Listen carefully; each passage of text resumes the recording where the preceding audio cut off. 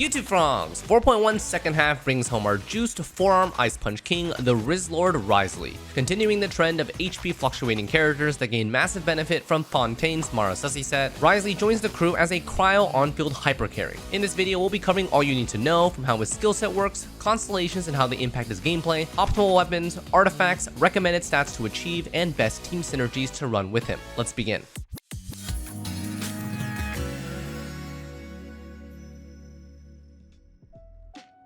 So, Wriothesley's overall gameplay involves him punching enemies with his normal attack talent. You'll be first using his elemental skill to enter a state that gives him increased interruption resist, a multiplicative gain to his normal attacks, think like Yoimiya, and if the hits connect, they will consume his HP. When he reaches a certain HP threshold, his charge attack receives an enhanced effect, gaining increased damage percent and restoring a portion of max HP. At C0, he can only do this once every 5 seconds. At any point in time when his burst energy is ready, Wriothesley can unleash a nuke burst, dealing AoE crowd damage in front of him. His Arca Uzia is connected to his burst, so keep that in mind if you're concerned about his Uzia's availability. So, for the 3 core parts of his kit, his highest priority lies in his normal attack. They always deal crowd damage as he is a catalyst user, they are attack scaling, and they are the base multipliers before elemental skill boost is applied. They follow the usual internal cooldown rules, so expect reactions to happen on hit 1 and hit 4-1, which aren't the largest multipliers. If you want to aim for reactions like Melt to occur on hit 3 and hit 5, you will need to intentionally align his reaction ICD to those hits to achieve this. Because his normal attack combo can remain through a dash or his E activation, unlike normal characters, Wriothesley is usually going to complete his full N5 combo unless you stop attacking for a couple seconds before resuming.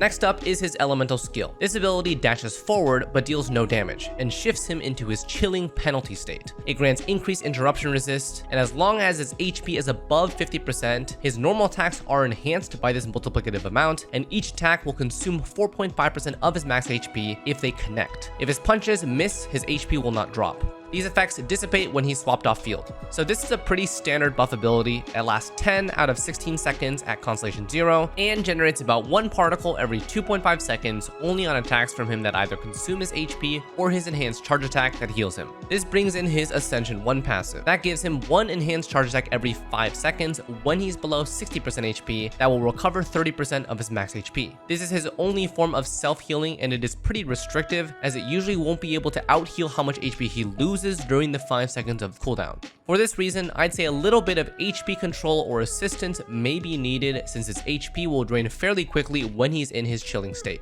When this skill state ends, it's his downtime, which can be used to cast his ultimate as it isn't reliant on his skill buffs. His ultimate is a pretty standard nuke ability, deals AoE crowd damage, hits 5 times, it's on a 15-second cooldown and costs 60 energy, so it's pretty cheap. It has no unique synergy with the rest of his kit, so it's not a priority. Use it like you'd use Wander's ultimate, usually after his skill rotation ends. And let's not forget his Ascension 4 passive. While he's in his skill state, as long as his HP decreases or increases, which is basically always, he'll gain a stacking attack buff capping at 30%. So in general, he's a pretty simplistic combat character, but his HP pool will be tough to autopilot. At Constellation 0, he loses way more HP than he regains every 5 seconds from his enhanced charge attack, which means by himself, it'll be annoying to maintain his HP above 50% for those constant enhanced normal attacks. With certain healing supports like Bennett, it might also be annoying to bring him below 60% to use his enhanced charge attack off cooldown. This trade-off will be the biggest hurdle to overcome when min-maxing his gameplay. His talent priority matches a typical character with skill buffs, prioritizing the normal attack first for the highest multiplier gain, and then the skill, and then the ult is extra.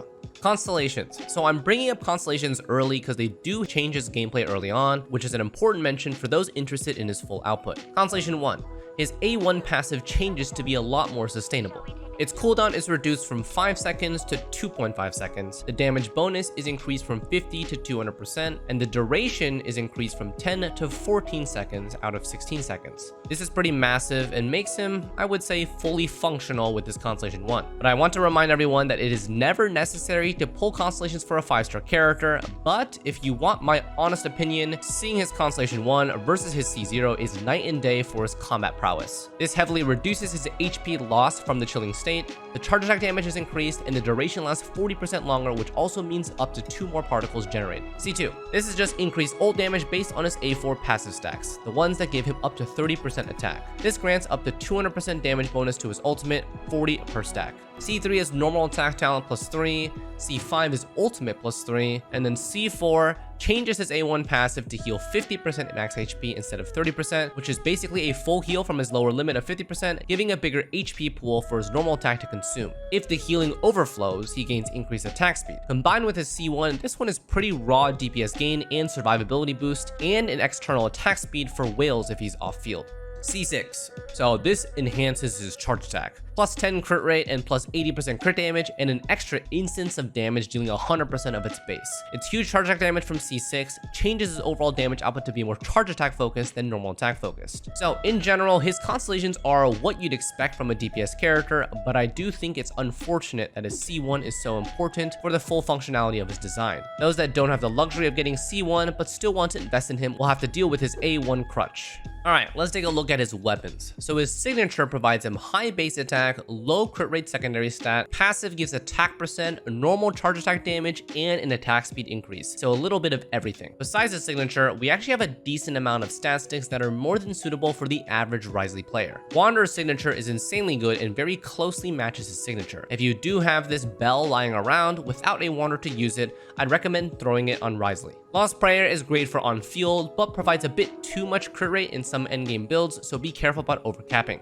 Yaimiko's signature, Akagura's Verity, is a crit damage stat stick. Memory of Dust is an attack percent stat stick, better if he's shielded. Skyward Atlas is a standard attack stat stick, no caveats. And for the 4-star weapons, we have Ballad of the Boundless Blue, granting an average amount of recharge alongside some normal charge attack bonuses. Flowing Purity grants attack percent and elemental damage bonus gain upon activating elemental skill, pretty fitting for Wriothesley.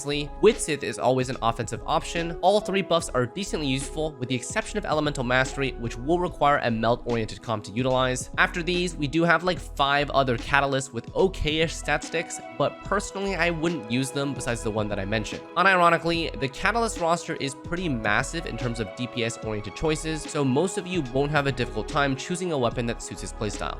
Artifacts. As a character who consumes/restores his HP pretty quickly, 4-piece Mara Sussy is unsurprisingly his best in slot artifact set in most situations. 15% normal charge attack bonus and 36% crit rate far outweighs the bonuses of other 4-piece sets. However, if you do use Wriothesley on a freeze comp, then 4-piece Blizzard set will be ever so slightly better, capping out at 15% cryo and 40% crit rate on frozen enemies. In general though, that's just temporary, and I just try to finish a 4-piece Mara Sussy set for him, as it doesn't restrict him to a freeze-oriented comp, but provides the exact same benefits. Alternatively, 4-piece Shimenawa set grants the strongest non-crit oriented set bonuses and sacrifices his already optional burst energy for normal charge buffs. This is a set to use if you already have it farmed and only to be used temporarily before you finish farming 4-piece Sussy. If none of these are available, any 2-piece set that consists of attack, cryo, normal charge bonus is fine, but remember it's significantly worse than a completed 4-piece set, so aim for that. Main stats, very simplistic, not reliant on burst uptime, so recharge is optional. Timepiece, attack over EM. EM is alright for melt teams, but I'd still stick to attack percent. It's a very similar situation to Yoimiya. It does benefit him, but only connects with specific hits of his normal attack, and usually they aren't the hardest hitting. Cryo over attack goblet. This honestly depends on your team comp, but try to run a Cryo Goblet. Cryo outscales in most situations, especially if you're supporting with someone like Shenhe. Attack is okay if you run very limited attack bonuses, but have heavy damage percent buffs. For example, Mono Cryo Kazuha that does not run Shenhe. Now for the mask, you can either run crit damage, crit rate, or attack. Choose whatever mask gets you the proper crit ratio to cap him at 95 to 100% crit rate with set bonuses included. So we have Mara Sussy giving 36%. We have Double Cryo giving 15% if the enemy has cryo afflicted, so this really only applies to like mono cryo comps. Blizzard gives 40%, so you'll kind of build him in between an Ayaka that has about 45% cap and a standard Mara Sussy which caps at 64% if you're not running double cryo. Recommended stats to achieve. So at C0R1, level 80 to level 90, I'd expect these minimum stats for investment. 2k plus attack, 45% plus crit rate, 200% plus crit damage, and 100% plus ER. That's pretty much it. He's as standard of a crowd DPS as you can imagine, and with a crit damage ascension bonus, 200% crit damage should be relatively easy to achieve. These stats kind of give the lowest range for any sort of team comp you put together. Bump up the crit rate if you don't run double cryo, increase the attack if you run attack goblet or a different weapon that buffs attack percent. Crit damage will also vary depending on if you run a crit weapon or not. Recharge is purely optional as you aren't expected to burst off cooldown.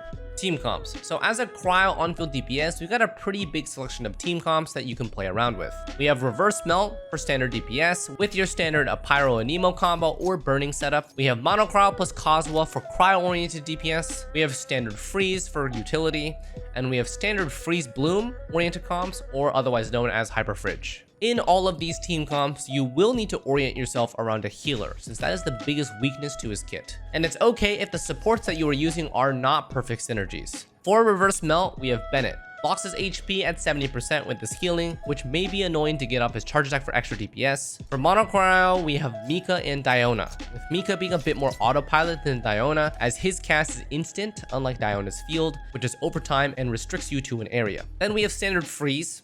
Currently, this has to rely on Kokomi. And then for Freeze Bloom, Cookie will likely be the Hyper Bloomer of choice over Raiden Shogun because she has melee range procs and consistent heals for a 2-in-1. In terms of rotation setups, there is really nothing special. Wriothesley will go last as he is on field, so set up supports typically in order of longest to shortest duration, and then let Wriothesley punch his way through things. If you're swirling with an Anemo character, remember that Wriothesley is a catalyst user, so feel free to tag enemies when you're not in your elemental skill state just to apply cryo for swirl buffs before you start his rotation. And finally, I'm just going to leave this here for the theory crafters. Ben Mary team.